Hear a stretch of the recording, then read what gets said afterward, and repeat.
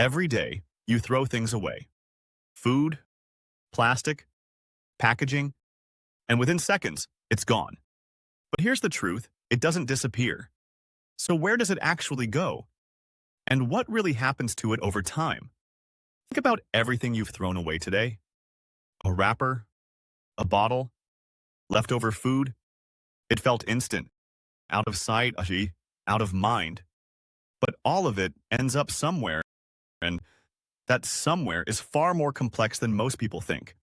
Most of your waste ends up in landfills, not just random dumps, but massive engineered systems, designed to store trash for decades, sometimes even centuries. They're built like layers, stacked over time, almost like underground history. When garbage arrives, it's not just dumped and left. It's spread out, compacted by heavy machines, and then covered with soil. Then the process repeats, day after day, layer after layer. Over time, entire landscapes are formed from waste. Now, here's where things change. Once trash is buried, oxygen disappears. And that changes everything. Because most natural decomposition needs oxygen. Without it, the process becomes much slower and very different. You might think food disappears quickly, and in open air, it does. But inside a landfill, it can last for years, even decades, because there's no oxygen. So instead of fully breaking down, it partially decomposes, sometimes preserving pieces far longer than expected. Now think about plastic. Plastic doesn't decompose like organic material.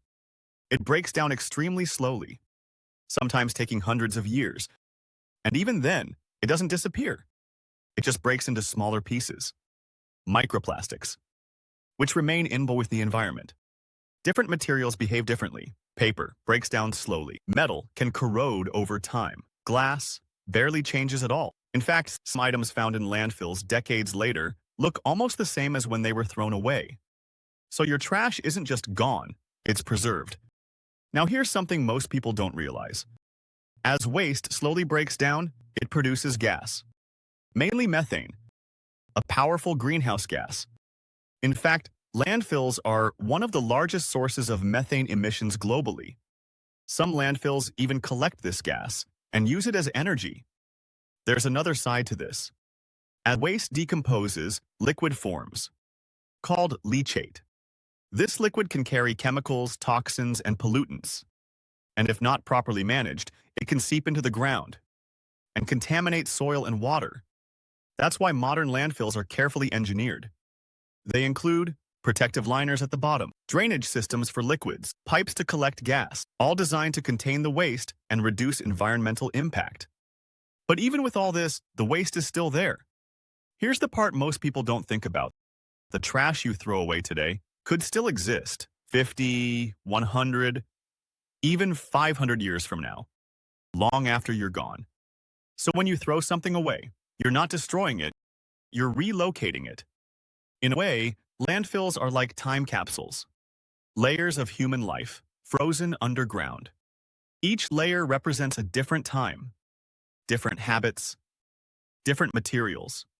Everything we throw away doesn't just vanish. It becomes part of a much bigger system, one that continues long after we stop thinking about it. So next time you throw something in the trash, take a second. Because it's not the end of that object's story.